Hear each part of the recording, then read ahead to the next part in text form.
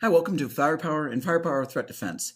In this module, we're going to cover the most important section of the course, and that is network analysis.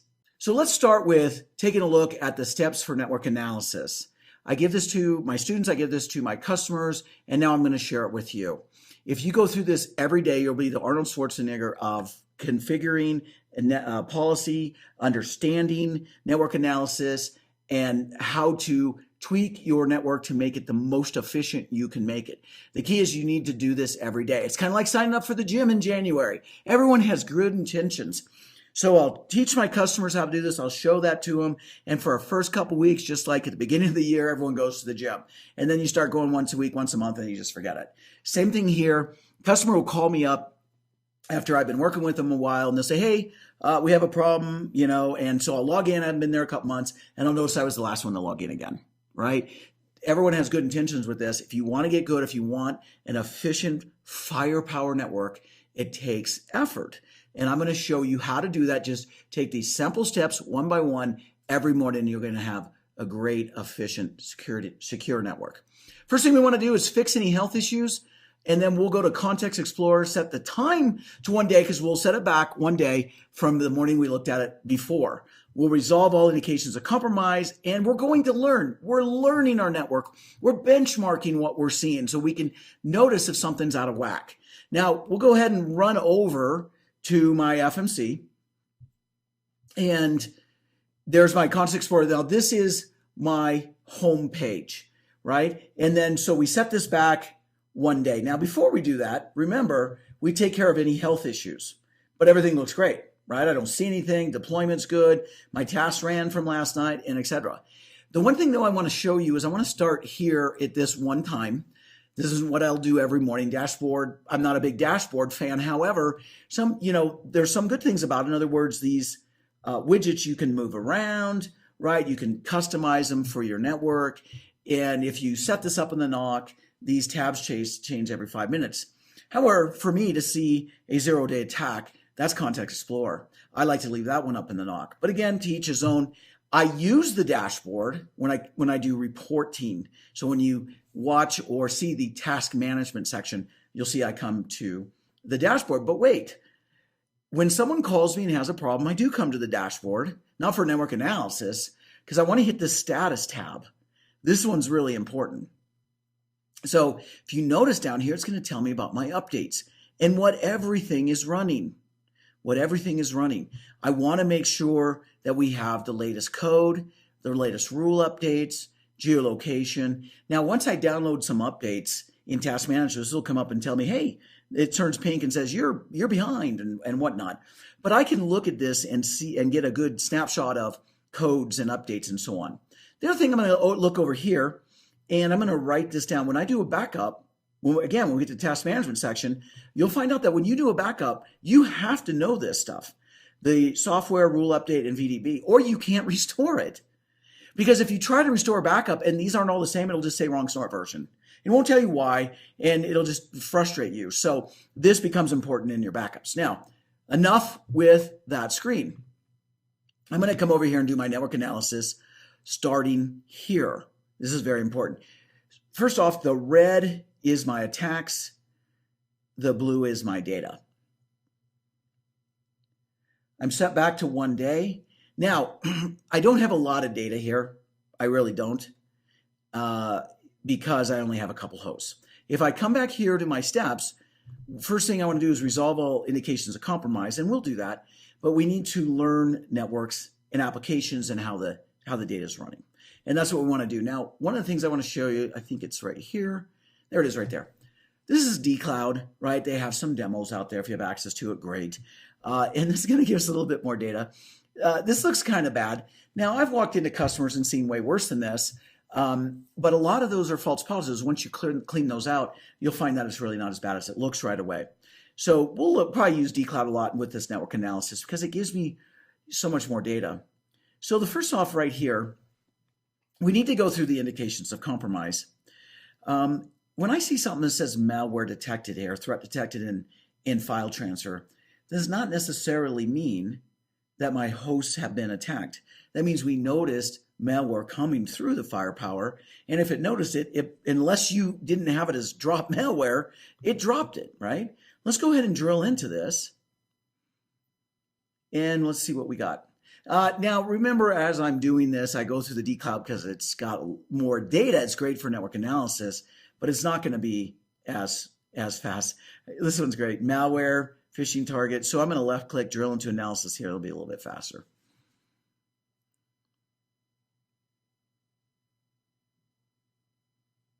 So now we can see where I'm at, host indication of compromise. So now I'm in my firepower, back into my network discovery, firepower data, and down here to indications of compromise. That's where that took me.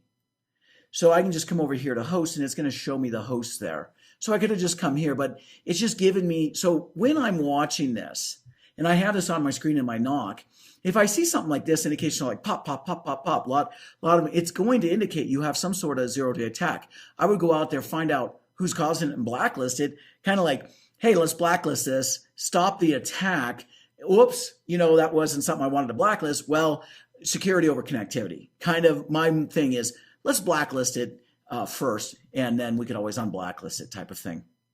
So in this case here, what we want to look here is malware detected, threat detected, and file transfer. When we get to the network, I'm going to leave this for right now because this is malware. When we get to our analysis files and malware events, we see malware. Did this host actually encounter malware? Right? So now here's the deal. When I look in here, even though I have firepower data, I'm not seeing the net BIOS name or the current user Y. And this is something that I can't solve here. I see this on like guest wireless networks. You see something like this because people don't log in. This host right here didn't log into my domain. So if that's the case, now we're going to have a little bit more trouble. We'd say, oh, what are we going to do? This is on the, guest wireless. That's where I'd see something like this. Because we have firepower information, they would tell us current user. What I would do something like this, go, this isn't good. I should probably send someone out to look at Bob in sales. That's what network analysis gives us, right? The other thing I want to do is come out here to the operating system, tell Firepower, what is this operating system? I happen to know what that host is. And if you do, you can actually help Firepower and say, I know you think it's one of these down here. You're not sure, and it needs more data to be sure. But what it's going to do is go from Firepower to admin here as the source. And then it's going to say, oh, okay, it's Windows 10. That's going to help us understand the vulnerabilities a little bit better, if you can do that. So I'll do that on servers and things like that. Probably not Bob's host, who knows? But in this case here, this guy wasn't attacked. I know it was stopped, and I'll show you where that was stopped in file when we go into file analysis, file malware section. So in this case here, once I would go out there, understand that it was blocked, you didn't get it, I would mark this as resolved. You've got to do something, whether sending someone out, doing some sort of action and then resolving something. Don't just leave everything there. Here's the next one here. Now this guy, two things. This tells us something here, and I like this. First off, the malware again. This was my other inside host. Didn't log into the AD. That's why I don't see the information. Malware detected. I know for a fact that was stopped. I saw it stop when I did the attack, right? You might not know that, so you might want to send someone out to Sally in marketing or whatever you decide, find out who that is. The other thing here is we've got a security intelligence event, a DNS phishing. That's bad. But again, I know I did that, one, because I went to some sites and it was blocked. Two, security intelligence. Now, if I come back under my security intelligence, which we'll look at shortly, if you get a security intelligence event, that means it was blocked. Security intelligence is there to block, right? So it's telling us right now, hey, we blocked this. So for me to look at this, know that security intelligence is blocked by default, I know that malware was blocked, right? It's telling me it came through the file policy, saw it was malware, blocked it. That host did not get it. But what you want to do is find out, why did Sally, if this is Sally at Sally in marketing, download that malware? Why did Sally go to that phishing site? There might be some user education now, right? Why did you go to these sites?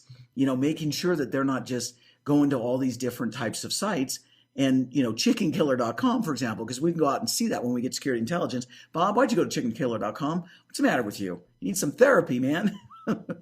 Anyways, so we'll come in here until we resolve all these.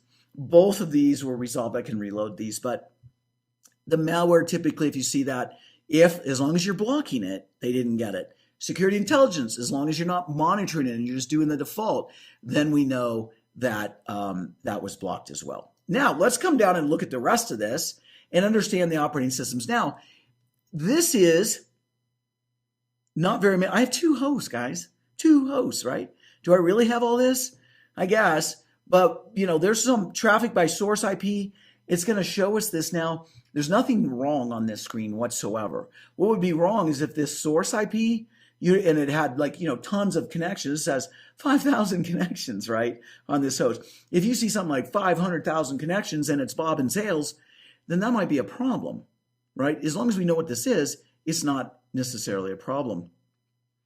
So if I come back here to the dcloud, there's my indications. Look at their network information, right? And see, this is normal, 750, right? Something like this. I don't see anything out of whack on this.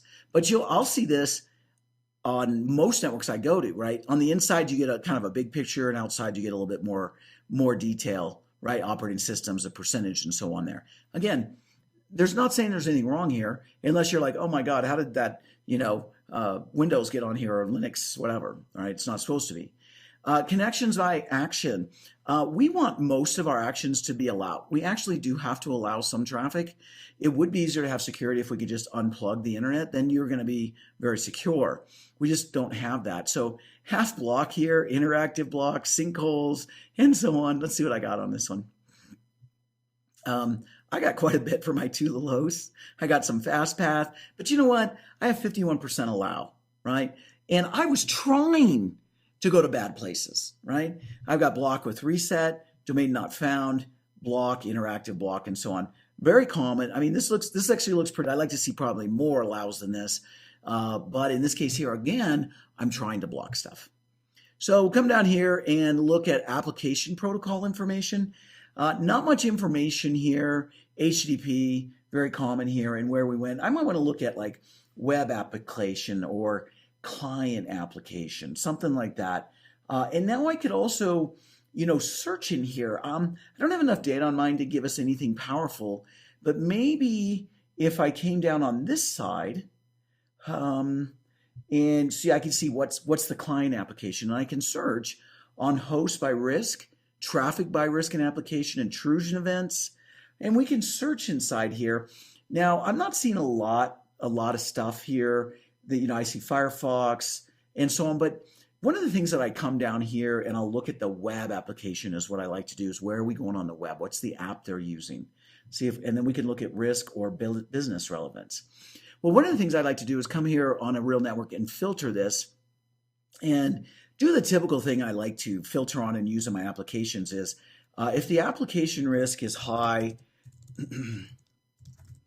and very high, and the business, I'm going to add to this by hitting the plus, and the business relevance, come over here, I have to make this run, and the business relevance. Now I can click on a lot, is low and very low. So I'm going to say, what is the web application they're using here that's high risk, low business relevance, right? So it's going to take a couple minutes to run on that. We're not going to see much on this demo, but you would see things like, I'll come back and see Facebook is 90%. Right? Twitter and stuff like that. Those are the kind of things that they say. And these kinds are high risk, very low business relevance, right? In this case here, I might not see as much in this demo, YouTube, Facebook, but you can make a report out of this and see that most people are on social media all day long, right? So as that one customer, they had 600 users and we were doing a report and we saw that 1,100 people were logged into Facebook. You have 600 users. So, you bring your own device on the guest wireless and stuff like that. It's pretty crazy. Anyways. And then here's my security intelligence by traffic by category. This is telling me what those security intelligence are being hit. These are bad, right? If someone's hitting these are bad objects that just go created and we put into our security intelligence, right? So if I'll go look at mine here, I'll see that I still have quite a few because I was trying to make this run, right? I went out and there's use those IPs when I was testing my malware, my file policy, my IPS policy. Whoops, not that one. All the way down here, I think. There we go. Intrusion events. Now, we can see our IPS events here. 0, 1, and 2 means if you're eating breakfast and you're doing your network analysis, probably stop eating and deal with those right away. 3, 4, and 5, maybe not. Kind of depends on what they are. But in this case here, I really don't do my network analysis on intrusion events. I can see them here and say, I really got to do some work on my IPS policy because this isn't very good. This is a lot, right? That's seen a lot. So we'll come down here. This is, my customers typically see 2 or 3 a day, something like that. Kind of depends how they're set up. But in this case here, this is why I run the demo though. We'll see that we have hundreds when we get in there.